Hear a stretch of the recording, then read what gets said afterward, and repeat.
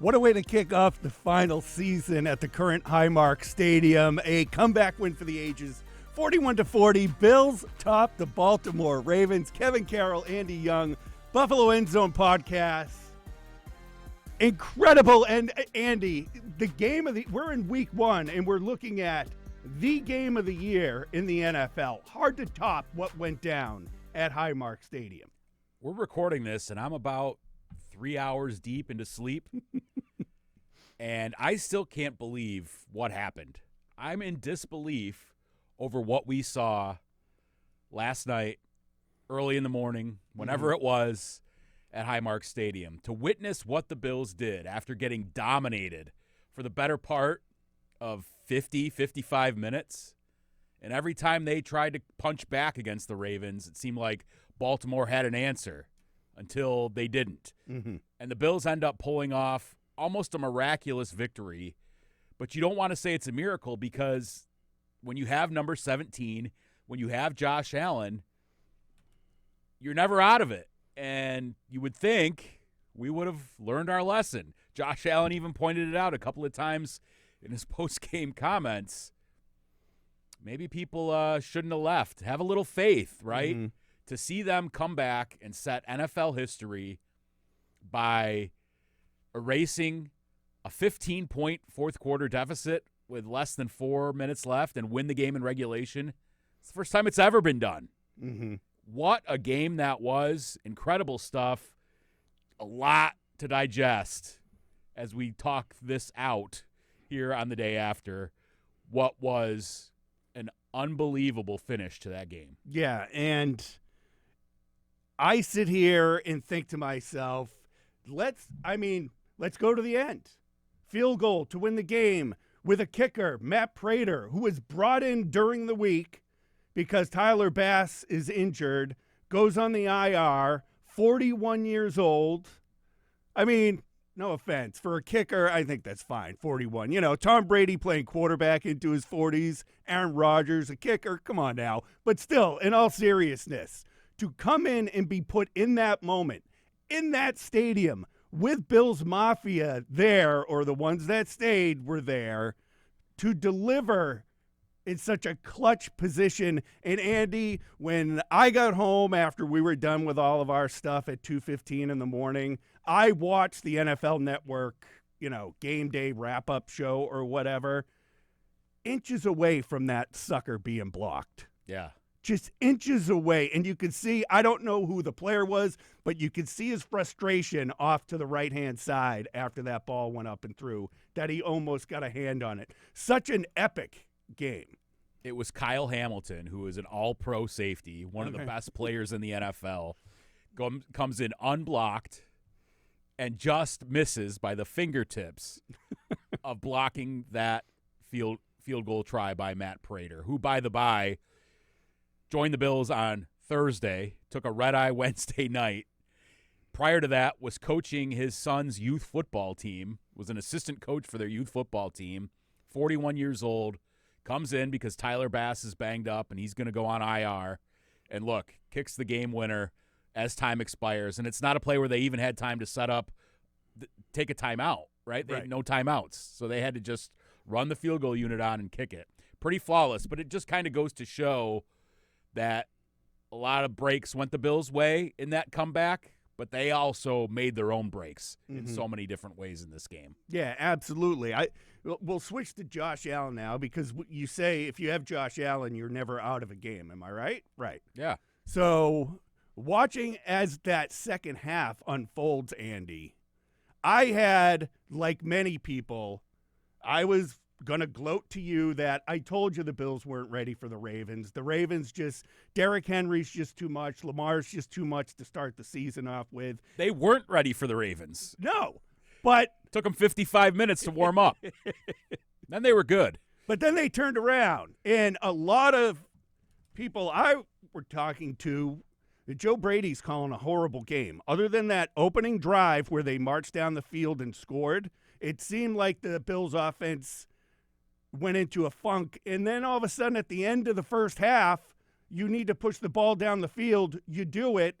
You come out in the second half, you do it. Why not do it the whole time? It's hard to play that up-tempo, fast-paced style all game long, and it goes against what they were planning. I know you've got to deviate from your game plan, but it's hard to run that rapid pace when teams aren't gassed, right? Like when they're still running the ball in the first half, when they're still running the short pass game, they're trying to give their defense some breathing room, right? Because Baltimore's running it up and down the field, so they're trying to play a little bit of complementary football. Same time, I didn't love some of the play calling, especially after that opening drive and some of the short plays and screens and runs in odd situations. I think they just had them where they wanted them. They were just sandbagging the Ravens. The old rope-a-dope? Yeah, they just wanted to lull the Ravens to sleep and have them feeling overconfident down 15. But if you look at Josh Allen's performance, as you brought up, it's masterful. Yeah. Even through those early stages, he was still pretty good. They just weren't keeping pace with the Ravens. Mm-hmm. They had a couple of punts. The Ravens scored on their first 5 drives. Yeah. You had to do better there. But Allen was magnificent. Some of the throws he made, the one to Josh Palmer, the one he zipped to Kincaid for the first touchdown, the way that he extended the play to get the ball to Coleman on that tipped ball in the end zone for his touchdown. I mean, a guy just puts up 430 yards of total offense and 4 total touchdowns, and it's like, I looked at the number of passing yards during the postgame show, and my instinct was that's got to be a typo. I cannot say he had just shy of 400 yards passing for the entire game. I mean, there it is. Baltimore's defense is rugged. Yeah. They put up 500 yards against them, 497. It's 78 plays. We'll get to the Bills' defense in a little bit, but they outpaced them 78 total plays to 50. So, like, Josh and the offense were electric in this game. Mm-hmm. And it was everybody eats again. Keon Coleman did show up like a number 1 receiver. Yeah. Over 100 yards, 8 catches, 11 targets, and made big plays. Touchdown. Getting his hands on that football where it was concentrated. Now, there were also a couple of 2-point conversions that went his way that didn't work. Mm-hmm. The Bills put themselves in such a bind, both through what they did on defense. They left 6 points on the field and missed 2-point conversions in this game. It's wild stuff. Yeah. Just you can't say enough about Josh Allen. I mean, he's the MVP, right? And Lamar, for most of the game, was his equal or better. Yeah, absolutely. In his own way. It was a different kind of game for Lamar, but he was doing what he wanted to do, too. I mean, to me, those are the 2 best quarterbacks in the NFL. 100%. You could talk about Mahomes because he has the wins, but he hasn't been that guy in a while.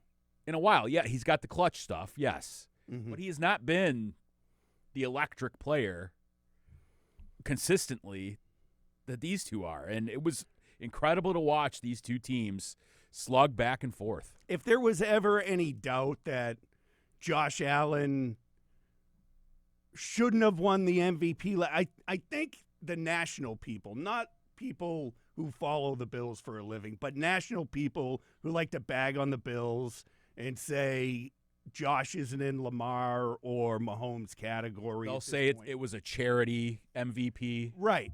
You can't say that after you're coming off an MVP season, your team gets in a bind, down 15 points with 4 minutes left, and you come back and win by 1 point. And these same people will say that Baltimore is by far more talented than the Bills. So what does that tell you? Right. Across the roster, Baltimore's roster is better than the entire Bills roster head-to-head. I think the Baltimore roster is the best in football. It's incredible. Do you look any differently at the Bills wide receiver room after everyone chipped in last night? Because I had question marks on it, and I even brought up, and I was going to say that it showed early in the game that, Joshua Palmer being there, Elijah Moore, like there needed to be more work done game-wise with Josh Allen and these guys. But I take that all back. Like by the time that game ended, that Bills offense and Josh Allen having pick your poison out there as far as pass catchers go with Shakir, with Keon Coleman, with Palmer, Kincaid had a nice night. I was going to bring up Kincaid because we talk about Coleman and Kincaid. That was the big question going into the offseason, was more's needed from them. I thought they both played bang-up games. Yeah, I mean, it's interesting because I thought early in the game it looked like the Bills' wide receivers were having a little trouble separating, getting away, getting open, giving Josh Allen the targets that he needs. But as the game wore on and they got into that, we got to go after it, up-tempo, hurry up, throw the ball downfield mode, they did. I mean, you look at the way that Keon Coleman, Joshua Palmer abused Jair Alexander in this game. Like, that's the guy that got beat late in this game. And didn't I say, sometimes I toot my own horn on this podcast. You got to, Andy. Who else is going to? Nobody. Believe me. I said on the podcast last week leading into the game that one of the areas they might be able to exploit when we were talking about doomsday because Baltimore is so good offensively and defensively was I'm not sold on Jair Alexander. He was a very good player with the Packers, but a couple of years ago. He hasn't been in the last couple of years. And I thought that Coleman, Palmer, Shakir maybe might be able to take advantage there. And they did. I mean, you look at the lines. Coleman, 8 catches, 112 yards, touchdown. Shakir, 6 catches, 64 yards. Palmer, 5 catches, 61 yards. Cook had the big play, 5 catches, 58 yards. 51 of those came on that one long pass play.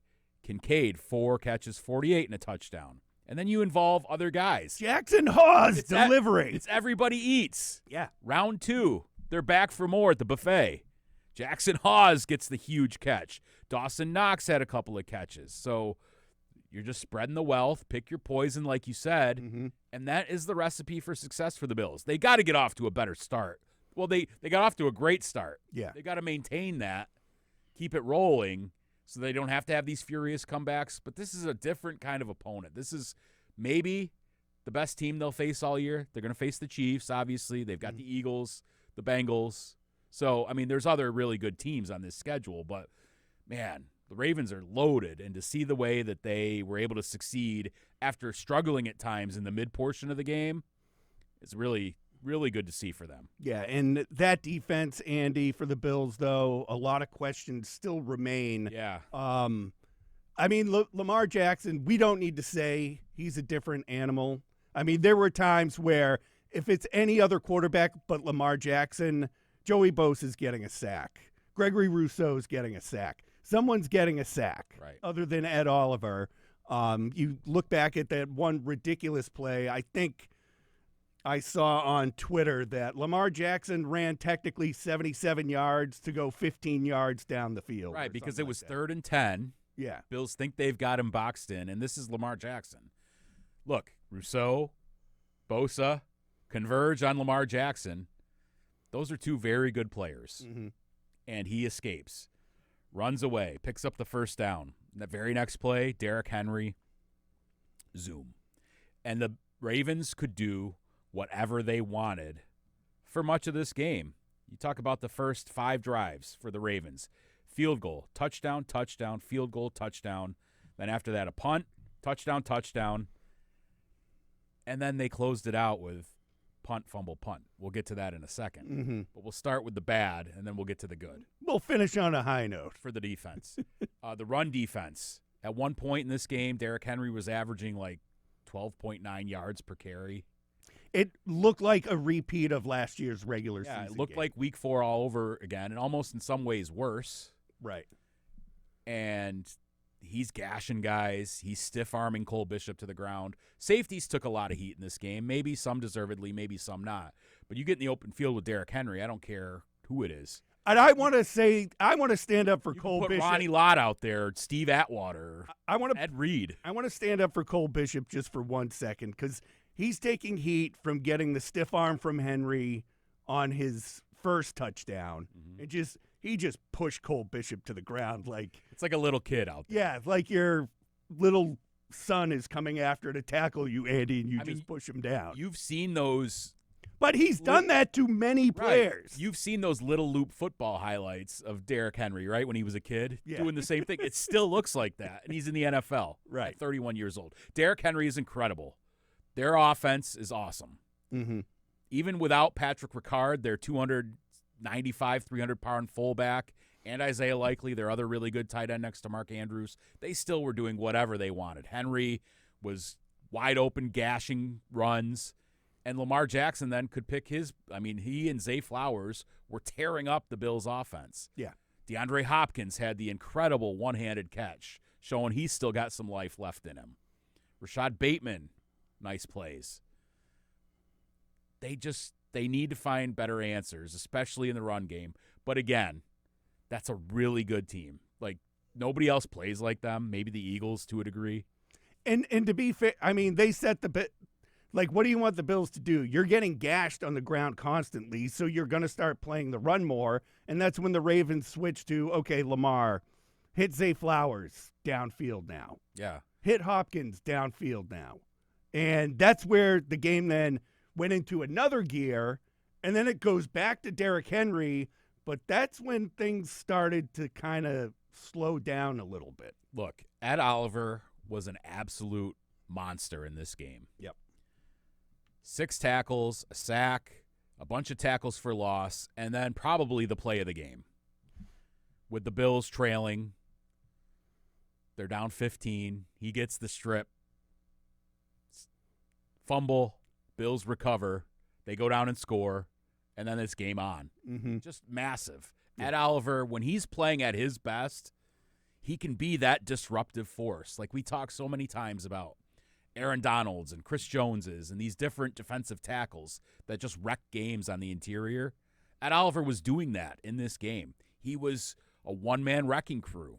Needs everybody else to back him up there, and sometimes he gets caught because he's a quick penetrator, and they can wham block him or he flies past the play. Mm-hmm. He wasn't doing that so much tonight. He was good against the run. He was good against the pass, and when he is at his best, he is an absolute force, and they need that out of Ed Oliver because that guy is a first-round pick. He should be a stud. Mm-hmm. Let's see that consistently, but props. Ed Oliver, awesome game. Ed Oliver, awesome game.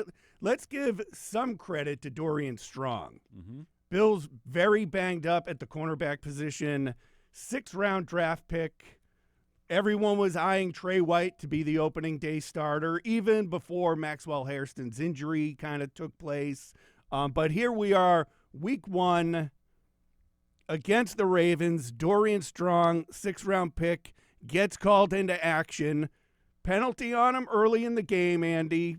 I'm fine with that. It's your first NFL game, whatever. Then you don't really hear much from him. What you do see on one of Derrick Henry's long runs that wasn't a touchdown because Dorian Strong had a great angle to catch up to him and tackle him before he could get to the end zone. Yeah. Which I'm watching him run towards Derrick Henry, and in my own mind, I'm like, what is this guy got to be thinking right now? Like, oh my God, I just got to put all my weight into this and just hit him as hard as I can. I mean, we'll look back at the film and look at the target shares and all these things, but it didn't seem like they went after him a ton. Right. And I thought he held his own. Like, we didn't hear his name a whole lot other than that penalty early on. I thought he was okay. I thought he was all right out there. Yeah. You didn't notice. I didn't say, oh, my God, he's right. just a complete liability. Can't have him out there. Right. I mean, they actually went after Benford, which a lot right. of teams don't do. And the touchdown to DeAndre Hopkins was against Benford. He was there, but great throw, great catch. Right. So a lot to improve on for the Bills defense. They know that. Mm-hmm. Like, you're going to hear people say, oh, we made the plays when it mattered most. We came through in the clutch. You've got to be better than that because you're probably going to see this team again. You're going to play the Eagles, who are going to try to do the same thing. You got to be better against the run. The rookie defensive tackles,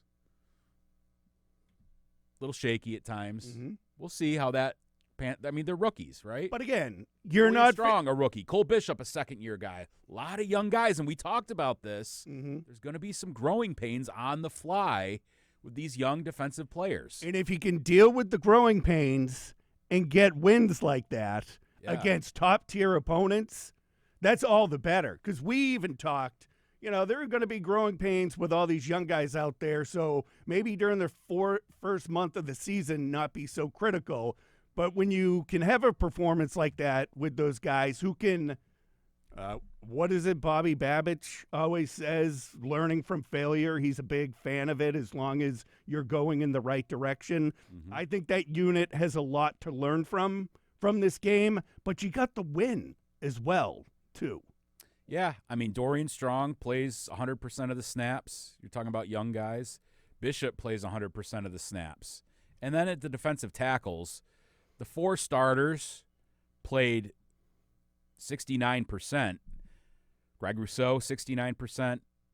Daquan Jones, 69%. Ed Oliver, 69%. Joey Bosa, 69%. Who Bosa, I also thought, had a pretty good game once he figured out containing Lamar Jackson on the keepers, right? Yeah. His responsibilities. He got toasted on the option a couple of times Right. early, but then was there, stayed where he was supposed to stay. And, I mean, that matchup against Lamar Jackson gives everybody hell. Trying to defend that read option type play. Right. It's impossible. It's very difficult. Mm-hmm. So I thought those guys did well. And then we're talking about the young guys. Sanders, 31%, and Walker, 25% of the snaps. So clearly the Bills went away from their normal modus operandi in playing guys more snaps than they usually get. Mm-hmm. Usually guys are in the 50s, tops. Yep. They rotate their defensive line so much. I think they knew it was a lot to ask of those rookies. We talked about that. That was going to be a matchup, right? Yeah, absolutely. So, I mean, kudos to those guys, the veterans there for they had to be gassed. Oh, absolutely. But they made the big plays when it mattered. Yep. And Matt Milano, noticeable, back looking like the Matt Milano we knew a couple of seasons ago before the injuries kind of piled up a bit on him, where you saw Matt coming up with key tackles at points during the game. Interesting, too, they did play some 4-3. We talked a lot about in the playoffs last year how they put the third linebacker on the field. They did some of that in this game, too, and even in those situations got toasted at times. But I think it was about 33%, about a third of the plays, that Dorian Williams was out there as a third linebacker playing a base 4-3 as opposed to their normal nickel 5 defensive back set that they played. Played a lot of dime, too, in third down situations. You saw Cam Lewis out there quite a bit. And I think that's part of the reason, too, with Jamarcus Ingram, he plays a lot of special teams.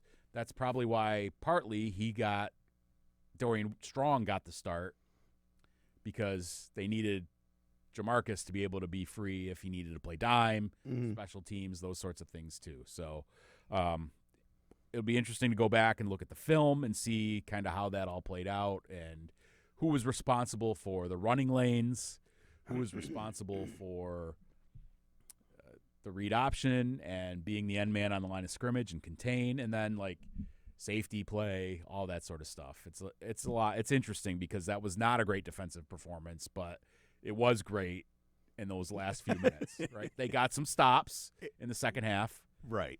Which the Bills often do. They figure it out in the second half, and then the key turnover at Oliver. I mean, what more can you say? Yeah, absolutely. I mean, aside from the comeback game in the playoffs against the Houston Oilers, this has got to be, at that stadium, one of the best games that the team has ever played. It ranks right up there for me in terms of comebacks, in terms of just the electricity.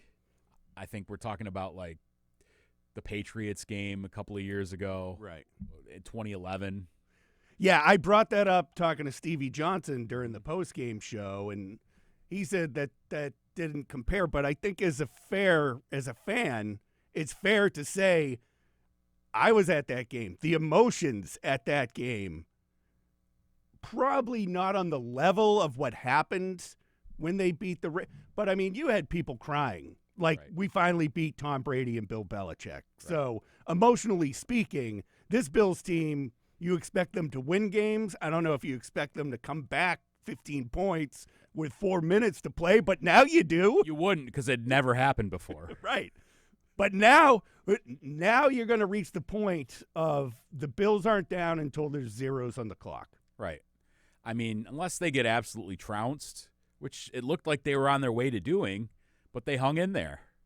And that stick-to-itiveness, that fortitude, that Josh Allen said it, nobody blinked on the sidelines. And you could see that. There was nobody hanging their heads. Right. They just kept playing. And here's the thing with the Ravens. As good as they are, for whatever reason, they allow this type of stuff to happen. Oh, yeah. So you got to, against that team, keep playing. Look at the way that the playoff game ended last year. The Ravens' furious comeback. Their own mistakes are what killed them. So if you're playing that team that is supremely talented, alpha dogs all over the field, but they, whatever reason, when it's late, make some mistakes, just keep playing and you might have a chance. And you could say that the Bills might have their number, but the Ravens do that against other teams as well. Right. Like, to your point. Like, I can't think of them off the top of my head, but I can think of a couple of games last season. A Chiefs AFC Championship game. Right. The different games, right? Yeah. Where they've let things go. Wasn't there there was a game a couple of years ago that another thing happened like this. Yeah. I want to say it was against the Steelers, but it might not. I think it was like a primetime game where looked like it was all locked up, and then all of a sudden it wasn't because they kept screwing up. Right. So, I mean, big picture-wise, this game, it's just one game. It's week 1. But it might matter.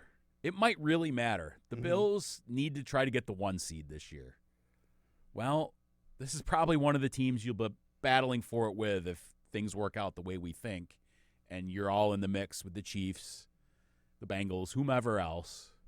Chiefs lost. If you gave the Bills 4 or 5 losses in the season, that was one of them.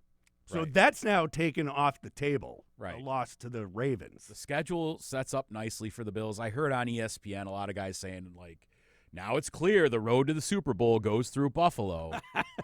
And I put on X. I said, pump the brakes on this. Right. It's 1 week. Doesn't mean the road to the Super Bowl goes through Buffalo. It just means that the Bills had a miraculous, incredible effort to beat them. And in a game that will probably matter for the 1 seed or playoff seeding overall at the end of the season. Now, you go on the road to take on the Jets, who I thought looked pretty good against the Steelers. That Jets-Steelers game looked good, and the Jets run the ball well, or at least they did in week 1, and that should be a concern. Justin Fields is a running quarterback. Right. Not So, Lamar, but in that vein. You're looking at a version of what you just played, but way less effective. Right. Like, it is a version of it. It's that run first, pound the ball. You have a mobile quarterback. But it's not the Ravens. It's still the Jets. But like I said, we don't know. It's so early in the season. We don't know how good the Steelers' defense is. The Steelers' defense might stink. I was impressed by the Jets. Like, to see them up double digits in the second half against the Steelers. I mean, I thought the Jets were going to be horrific this year. Mm-hmm. I think a lot of people did, yeah. So, Justin Fields, 16 of 22, 218 yards and a touchdown through the air. And he rushes for 48 yards and 2 touchdowns. That's Justin Fields, right? Yeah. And if he's efficient with the football, great. Breece Hall, people wrote him off for dead. Mm-hmm. Well, he rushed for 100 yards against that Steelers defense. Garrett Wilson, 7 catches, 95 yards. And you thought maybe, hey, this is what they were supposed to look like when they got Aaron Rodgers. Right. And the Steelers, I mean, I was surprised that the Jets were able to do so much offensively against them. And then Rodgers looked pretty good. 22 of 30, 244, and 4 touches. I mean, they're turning back the clock there. Right. Steelers could be good this year. We'll see. One thing I know, the Dolphins are not good. Dolphins aren't good, and the Patriots did not look as good as everyone maybe was saying they might be. I mean, it's the Raiders. It was the Patriots-Raiders. It's right. hard to tell with those two. But the Dolphins get rocked by the Colts with Daniel Jones. Right. They were horrible. Daniel Jones looked like a star. Yeah. Tua was terrible. Yeah. You've got Tyreek Hill on the sidelines. I mean, it's a mess down there in Miami. Good. And Bills Mafia probably couldn't be happier about it. Yeah.